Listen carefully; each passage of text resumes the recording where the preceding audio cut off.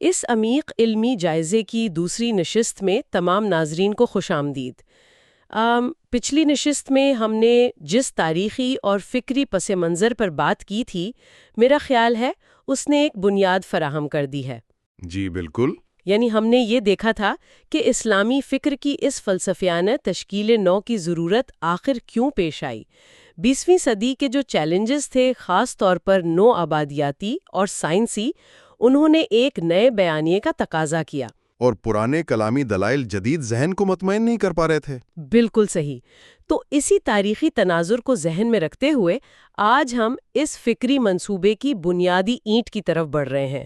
آج کا ہمارا مرکزی موضوع ایپسٹمولوجی یعنی علمیات ہے۔ علمیات یعنی فلسفے کی وہ شاخ جو علم کی نوعیت اور اس کے ذرائع پر بحث کرتی ہے۔ ہم جو جانتے ہیں وہ کیسے جانتے ہیں، اور کیا وہ ذرائع مستند بھی ہیں یا نہیں۔ بنیادی متن میں یہاں ایک انتہائی گہرا سوال اٹھایا گیا ہے کہ کیا مذہبی تجربے کو یا ریلیجس ایکسپیرینس کو محض ایک وہم یا نفسیاتی کیفیت سمجھا جائے، یا اسے واقعی علم حاصل کرنے کا ایک موضوعی ذریعہ تسلیم کیا جا سکتا ہے۔ یہ واقعی ایک بہت بڑا دعویٰ ہے۔ آج کے اس دور میں جب ہر چیز کو لیبارٹری اور مادیت کے پیمانے پر پرکھا جاتا ہے، یہ کہنا کہ باطنی تجربہ بذات خود ایک سائنس ہے، یہ ماڈرن ذہن کے لیے ایک بہت بڑا فکری موڑ ہے۔ ہاں بالکل۔ اور اگر ہم بنیادی متن کو دیکھیں تو یہ دعویٰ بہت واضح ہے۔ وہاں مذہبی تجربے کو محض جذباتی تسکین نہیں کہا گیا، بلکہ استدلال یہ ہے کہ جس طرح حسی مشاہدے کے ذریعے ہم خارجی دنیا کا علم حاصل کرتے ہیں، باطنی تجربہ بھی حقیقت تک رسائی کا ویسا ہی ٹھوس ذریعہ ہے، جسے قرآن کی اصطلاح میں قلب یا وجدان کہا گیا ہے۔ جی، قلب یا ہارٹ، اسے حسی تجربے کے بالکل مساوی کھڑا کیا گیا ہے۔ لیکن جب میں اس پر غور کر رہی تھی تو ثانوی ذرائع کی روشنی میں ایک اور زاویہ بھی سامنے آتا ہے۔ وہ مغربی فلسفے کے اثرات والا زاویہ۔ ہاں، مغربی فلسفے کی گہری چھاپ۔ ناقدین کہتے ہیں کہ یہ تصور خالصتاً روایتی اسلامی الہیات سے نہیں نکلا، بلکہ اس میں جدید مغربی فکر کا بڑا ہاتھ ہے۔ یہ ایک بہت اہم تنقیدی نقطہ ہے۔ دیکھیں، جب ہم ایمینوئل کانٹ کو پڑھتے ہیں تو اس نے پیور ریزن یا خالص عقل کی حدود متعین کر دی تھی، جیسے امام غزالی نے صدیوں پہلے کیا تھا۔ بالکل ویسے ہی کانٹ کا ماننا تھا کہ عقل صرف مظاہر یا فینومینا کو سمجھ سکتی ہے، وہ ماورائی حقائق یعنی نومینا تک نہیں پہنچ سکتی۔ تو اس فکری تشکیل نو میں کانٹ سے ایک قدم آگے جانے کی کوشش کی گئی ہے، اور اس کے لیے ہینری برگسون کے نظریات کا سہارا لیا گیا ہے۔ اس کو سمجھنے کے لیے میرے ذہن میں ایک مثال آ رہی ہے، جیسے ایک انتہائی خوبصورت پینٹنگ ہے۔ جی، عقل اس پینٹنگ کا تجزیہ کرے گی، وہ دیکھے گی کہ کینوس کیسا ہے، رنگ کون سے ہیں، برش کے سٹروکس کیا ہیں، یعنی عقل حقیقت کو ٹکڑوں میں بانٹ دے گی تجزیہ کرنے کے لیے۔ ہاں، لیکن جو وجدان ہے وہ اس پینٹنگ کی خوبصورتی کو ایک کل کے طور پر، ایک ہول کے طور پر فوری محسوس کر لے گا۔ کیا برگساں کا نظریہ یہی نہیں کہ عقل چیزوں کو منجمد کرتی ہے جبکہ حقیقت ایک بہاؤ ہے؟ 100% درست۔ برگساں کے نزدیک عقل واقعی حقیقت کو پیس میل یا ٹکڑوں میں بانٹتی ہے، اور اس سے حقیقت کی اصل روح غائب ہو جاتی ہے۔ وجدان اسی کل کو براہ راست محسوس کرتا ہے۔ اور ساتھ ہی ولیم جیمز کی عملیت پسندی کے اثرات بھی ہیں۔ جی، پریگمیٹزم۔ جدید محققین اسی بات کی نشاندہی کرتے ہیں کہ بنیادی متن میں دراصل مغربی علمیات اور اسلامی اصطلاحات کا ایک انتہائی پیچیدہ سنتھیسس یا امتزاج پیش کیا گیا ہے۔ لیکن یہاں ایک الجھن پیدا ہوتی ہے۔ میں جب کلاسیکی علم الکلام پر کی گئی تنقید پڑھ رہی تھی تو یہ امتزاج تھوڑا متضاد سا لگا۔ وہ کس طرح؟ دیکھیں، بنیادی متن میں اشاعرہ اور معتزلہ پر سخت تنقید ہے کہ انہوں نے یونانی فلسفے اور ارسطو کی منطق پر حد سے زیادہ انحصار کیا۔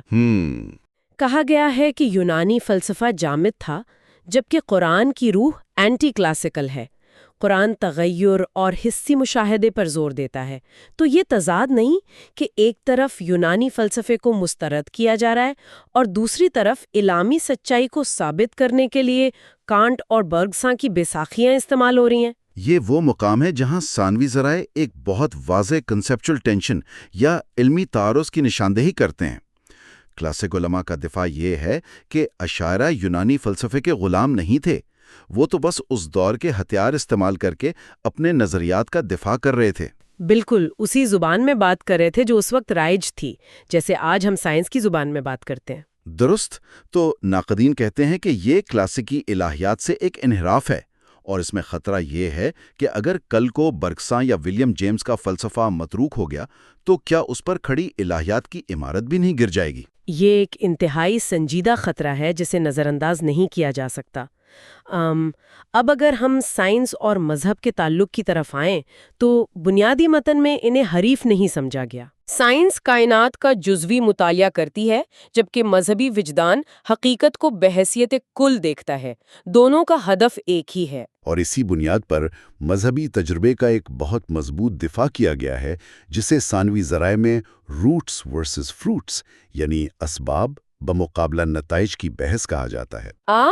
یہ ولیم جیمز کے نفسیات مذہب سے لیا گیا ہے نا؟ جی بالکل۔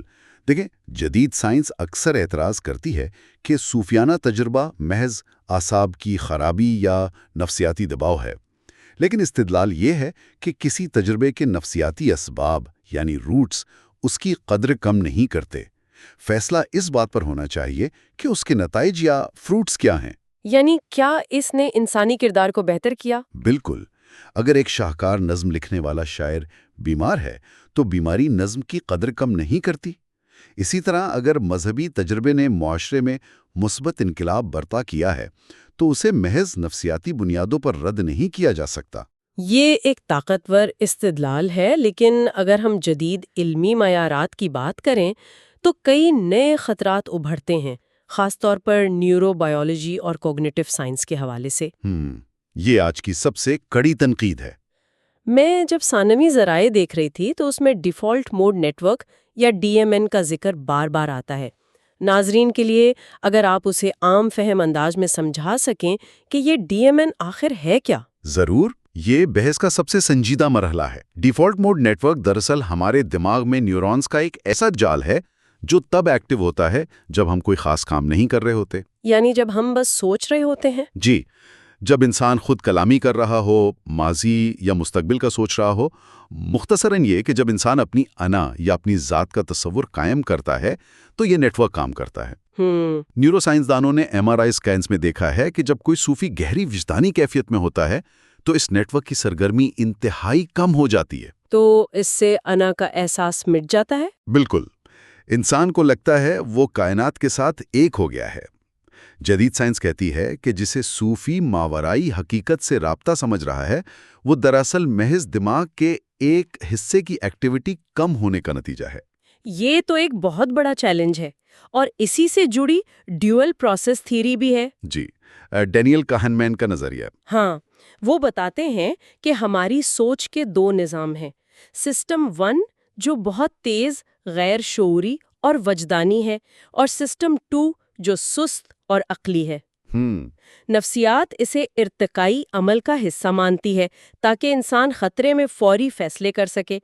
تو سوال یہ پیدا ہوتا ہے کہ کیا یہ وجدان محض ایک ارتقائی میکانزم نہیں ہے جس نے ہمیں زندہ رہنے میں مدد دی؟ اور یہی وہ سوال ہے جو اس پوری علمیات کو خطرے میں ڈالتا ہے۔ اگر تجربہ مکمل طور پر ذاتی اور ناقابل ترسیل ہے، انکمیونیکیبل ہے، تو اس کی معروضی تصدیق کیسے ہوگی؟ یعنی ہم کسی اور کو وہ تجربہ منتقل نہیں کر سکتے، صرف الفاظ میں تشریح کر سکتے ہیں۔ اور زبان تو خود خامیوں کا شکار ہو سکتی ہے۔ یہیں سے ڈاکٹر نعمان فیضی اور دیگر ناقدین ایک بہت بڑے تصوراتی تصادم کی نشاندہی کرتے ہیں۔ میں اسی تصادم کی طرف آنے والی تھی، کیونکہ بنیادی متن میں صوفی اور پیغمبر کے تجربے میں فرق کیا گیا ہے نا؟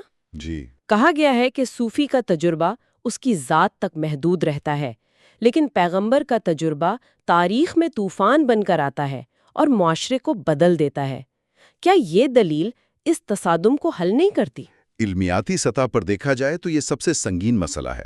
اگر صوفی اور پیغمبر دونوں کا تجربہ نفسیاتی طور پر یکساں محسوس ہوتا ہے تو علمی سطح پر ان میں فرق کیسے کریں گے؟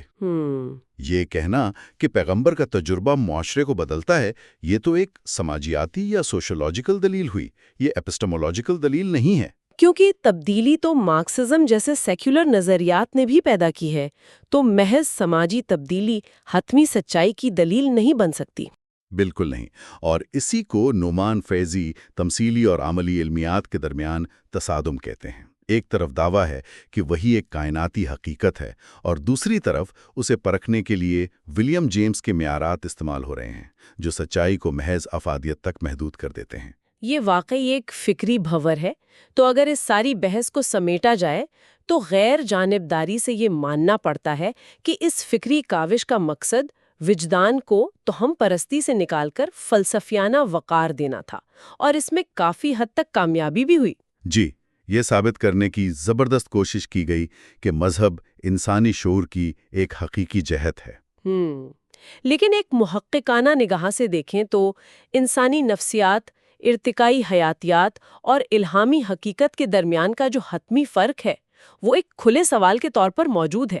ذاتی تجربے کی تصدیق کیسے ہوگی، یہ آج بھی مزید غور و فکر کا متقاضی ہے۔ اور اسے سمیٹتے ہوئے میرے ذہن میں ایک آخری بہت گہرا سوال آتا ہے جو واقعی سوچنے پر مجبور کرتا ہے۔ جی فرمائیں۔ فرض کریں کل کو نیورو سائنس اتنی ترقی کر لے کہ دماغ کے ڈی ایم این کو مصنوعی طور پر کنٹرول کر کے انسان کے اندر ہو بہو وہی مذہبی تجربہ لیبارٹری میں پیدا کر دے، تو اس کا کیا مطلب ہوگا؟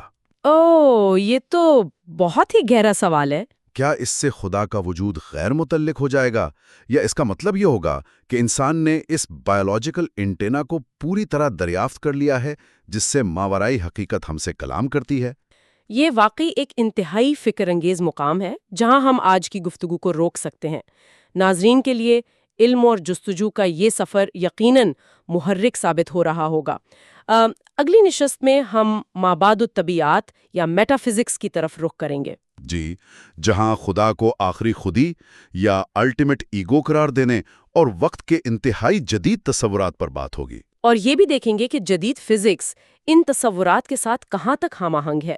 ناظرین سے گزارش ہے کہ ان فلسفیانہ موضوعات پر اپنی آراء اور سوالات کامنٹس میں ضرور شامل کریں، اور اس اکیڈمک چینل کو سبسکرائب کرنا نہ بھولیں۔ اس خالصتاً محققانہ گفتگو کا حصہ بننے کے لیے بہت شکریہ۔ اگلی نشست تک کے لیے اجازت دیجیے۔